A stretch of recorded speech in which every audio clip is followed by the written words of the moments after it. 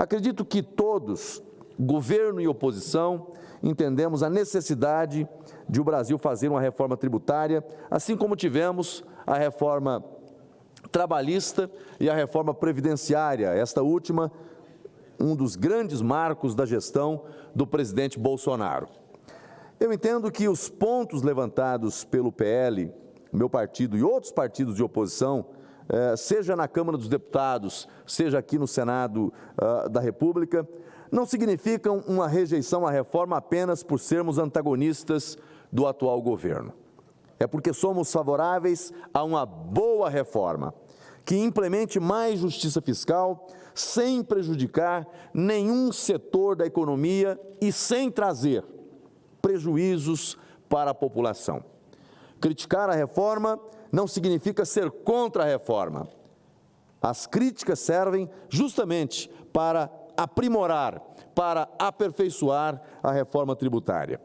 Eu, pessoalmente, tenho preocupações em relação a vários pontos da reforma, sobre os quais eu quero propor um aprofundamento do debate. Na área de produção de alimentos, por exemplo, é imperativo que a gente discuta a formação de uma proposta que garanta mais competitividade para o setor, além de baratear os produtos que são postos na mesa de cada família deste país. Para o setor rural, para o campo, é algo que nos preocupa, porque não adianta você zerar o imposto da cesta básica e aumentar a tributação do agro, porque alguém terá que pagar essa conta.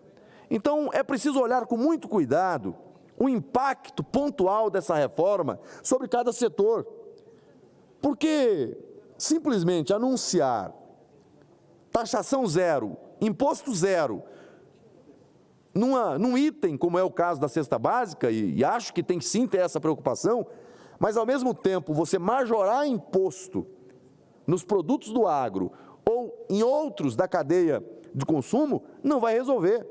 Essa conta terá que ser paga por alguém. Então, vamos voltar nossa visão também para um outro aspecto que considero fundamental, a distribuição dos tributos.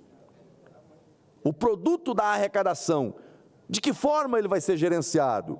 É preciso ter cuidado com a distribuição, equilibrando a participação da União, dos estados e dos municípios, com uma visão municipalista, para que os serviços públicos cheguem de forma mais efetiva para quem precisa. É lá nos municípios que estão os problemas. É lá no município que as pessoas precisam de estradas, de educação, de saúde. É lá que a vida acontece na prática, mas não é para lá que vai a maior fatia do bolo orçamentário. Nós temos um modelo hoje que concentra a arrecadação. E a reforma que está em curso, que veio da Câmara, ela não enfrenta o problema da centralização, pelo contrário, ela centraliza ainda mais. Então, se a proposta que está aí tem problemas, e nós entendemos que tem, precisamos salvar a reforma e dar ao Brasil um sistema tributário e fiscal mais moderno e justo. Essa é a nossa missão como Casa da Federação.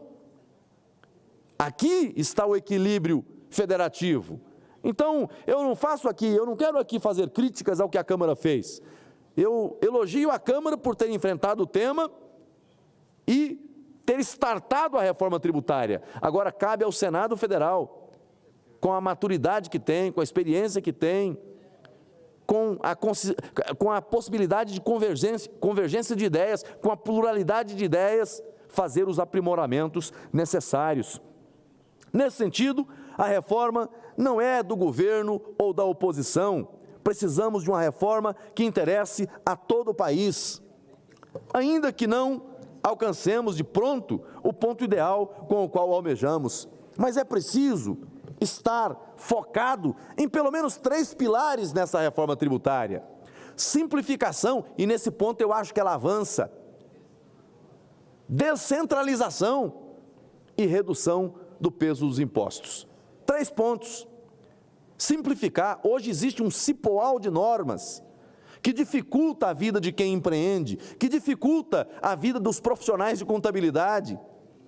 Hoje, grandes bancas, grandes escritórios de advocacia ganham dinheiro em razão da complexidade que é as normas tributárias no Brasil. E vez ou outra está lá no Supremo Tribunal Federal discutindo questões da reforma tributária.